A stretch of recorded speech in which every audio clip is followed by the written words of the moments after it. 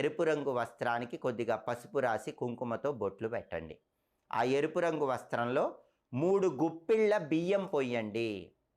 3 గుప్పిళ్ళ బియ్యం పోసాక కొన్ని తమలపాకులు, కొన్ని వక్కలు, కొన్ని ఎండు ఖర్జూరాలు ఆ బియ్యంలో ఉంచండి. వాటితో పాటు కొన్ని రూపాయి నాణ్యాలు, ఒక 11 రూపాయి నాణ్యాలు కూడా ఆ బియ్యంలో ఉంచి ఆ ఎర్ర వస్త్రాన్ని మూటగట్టి ఆ మూటను గణపతి దగ్గర ఉంచి నమస్కారం చేసుకోండి. ఇదే గణపతికి కట్టే ముడుపు.